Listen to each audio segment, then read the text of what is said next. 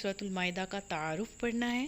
جو نوٹس بنانے والے بچے ہیں وہ نوٹس میں یہ کی پوائنٹس لکھ لیجئے گا۔ میں نے کی پوائنٹس لکھے ہیں آج کی سلائڈز میں، اور ان کو ایکسپلین میں اپنے طور پر کر دوں گی آپ کی آسانی کے لیے، اور آپ دھیان سے لیکچر کو سنیے گا، اور جس چیز کی سمجھ نہ آئے آپ سوال پوچھ سکتے ہیں، انشاءاللہ میں قرآن اور احادیث کی روشنی میں اس کا جواب دے دوں گی۔ تو سورۃ النساء کا جب تعارف شروع کیا تھا، اور سورۃ آل عمران، سورۃ البقرہ، تو بالکل اسی طرح آج کے تعارف میں سورۃ المائدہ۔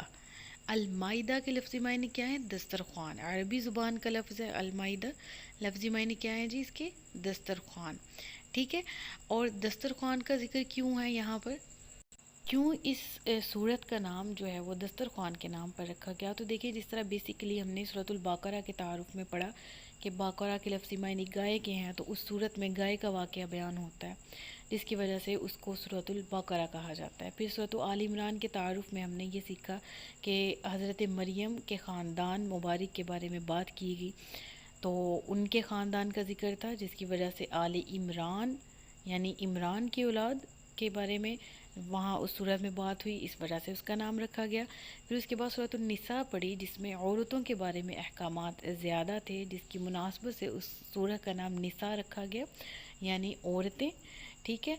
اب اس سورہ کا نام دسترخوان اسی وجہ سے ہے کہ اس سورہ میں حضرت عیسیٰ علیہ الصلوۃ والسلام کی قوم پر ان کی دعا سے غیبی دسترخوان اتارنے کا اللہ تبارک و تعالیٰ نے ذکر فرمایا کہ ان پر غیبی دسترخوان آسمان سے نازل کیا گیا تھا، جس کی وجہ سے اس واقعے کا ذکر ہے سورہ میں، اس وجہ سے اس سورہ کو المائدہ کہا جاتا ہے۔ اتنا کلیئر ہے آپ کو؟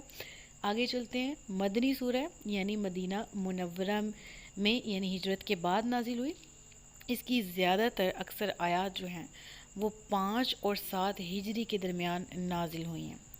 میں دوبارہ ریپیٹ کرتی ہوں کہ زیادہ تر موسٹلی جو اس کی آیات ہیں وہ 5 ہجری اور 7 ہجری کے درمیان نازل ہوئی ہیں، لیکن آیت جو ہم نے ابھی ابتدا میں انشاءاللہ کل کے لیکچر میں پڑھیں گے، اس آیت کا ایک حصہ ہے الیوم اکملت لکم دینکم واتممت علیکم نعمتی ورضیت لکم الاسلام دینا۔ یہ بہت ہی مشہور آیت ہے، اور مومنوں کے دلوں کی دھڑکن ہے یہ آیت، اور ایک الگ قسم کا دل کو سکون اترتا ہے جب یہ آیت اور یہ پوری ہسٹری کو ذہن میں ایک دم گھماتے ہیں۔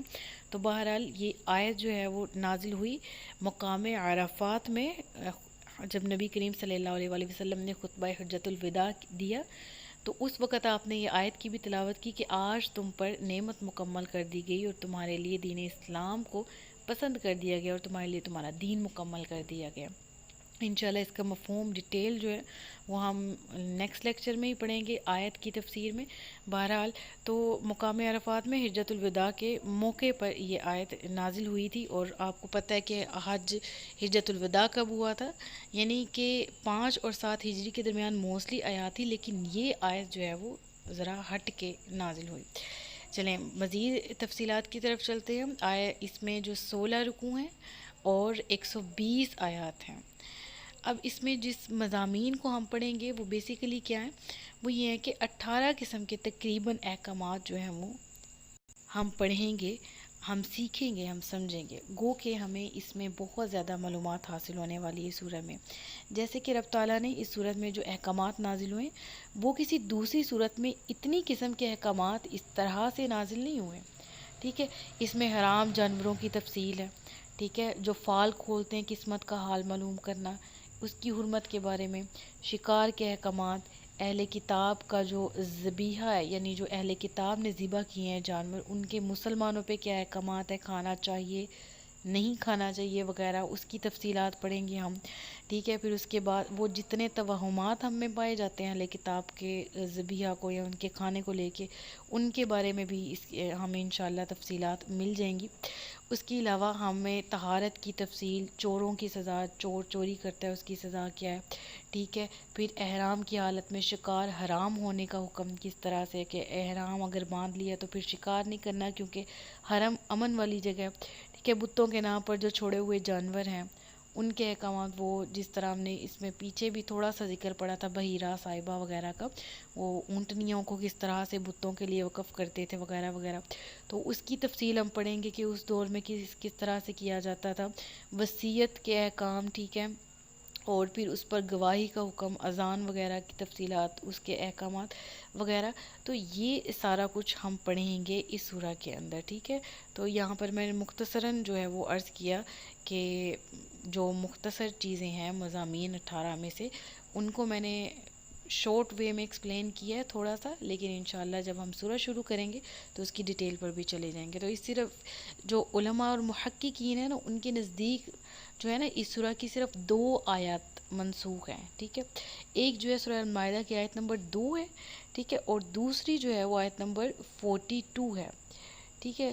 تو بعض مفسرین نے کم و بیش کا ذکر یعنی فرمایا ہے کہ یعنی وہ اس طرح سے کہتے ہیں کہ موسٹلی جو ہے علماء کرام کے نزدیک یہ والی آیات جو ہیں وہ منسوخ ہے، ٹھیک ہے. اور جب ہم دوبارہ سے میں یہی چیز دوبارہ رپیٹ کرنے لگی ہوں کہ انشاءاللہ جب ہم ان سورہ پہ کل والے لیکچر میں انشاءاللہ نیکسٹ لیکچر میں تو ہم دوسری آیت پڑھ لیں گے، اور انشاءاللہ مزید 4-5 لیکچر جب پاس ہوئے تو آیت نمبر 42 بھی پڑھ لیں گے، اور ہم دیکھ لیں گے کہ اس میں اللہ نے کیا احکامات نازل فرمائے اور وہ آج کے دور میں منسوخ کیوں ہے. منسوخ کی ڈیفینیشن کیا ہے؟ یعنی دور حاضر میں یا اس دور میں بھی ایک پہلا حکم آیا، پھر وہ حکم منسوخ ہوا اور اس کو ناسخ کیا کسی اور آیت نے، یعنی اس حکم کی جگہ کوئی اور حکم آ گیا. تو یہ مختصراً ڈیٹیل ہے ناسخ اور منسوخ کی، جس کی ہم نے الحمدللہ ڈیٹیل پڑھ بھی لی ہے انٹروڈکشن آف ہولی قرآن میں. آگے چلتے ہیں. مضامین میں جو ہے ہم بیسیکلی بات کریں سورہ النساء کی، تو ہم نے اس میں یہودیوں کی تردید کے بارے میں بہت پڑھا. جو فرقہ ہے، یہ جو باطل ادیان میں سے ایک انہوں نے مذہب نکال رکھا ہے یہودیوں نے، تو اس کی جو باقاعدہ تردید کی گئی وہ کثرت سے کی گئی، ٹھیک ہے.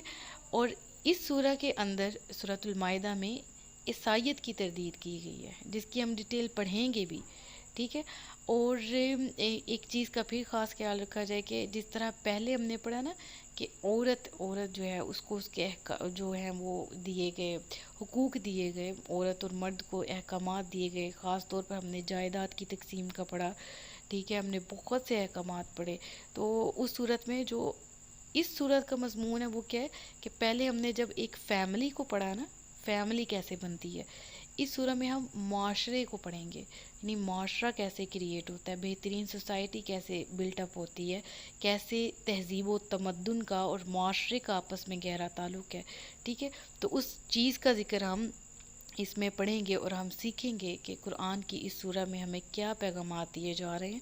اور مسلمانوں کو خاص طور پر جس طرح پچھلی سورہ میں یہودیوں کی، عیسائیوں کا بھی ذکر کیا گیا پچھلی صورت میں بھی، اور منافقین کا بھی ذکر کیا گیا 5ویں پارے کے لاسٹ میں ہم نے منافقین کی کتنی نشانیاں پڑھی وغیرہ وغیرہ.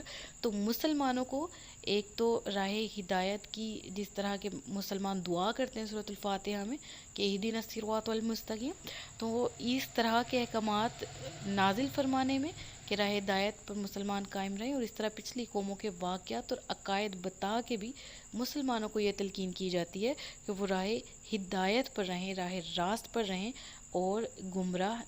تو 7 منازل ہیں کل قرآن کریم میں.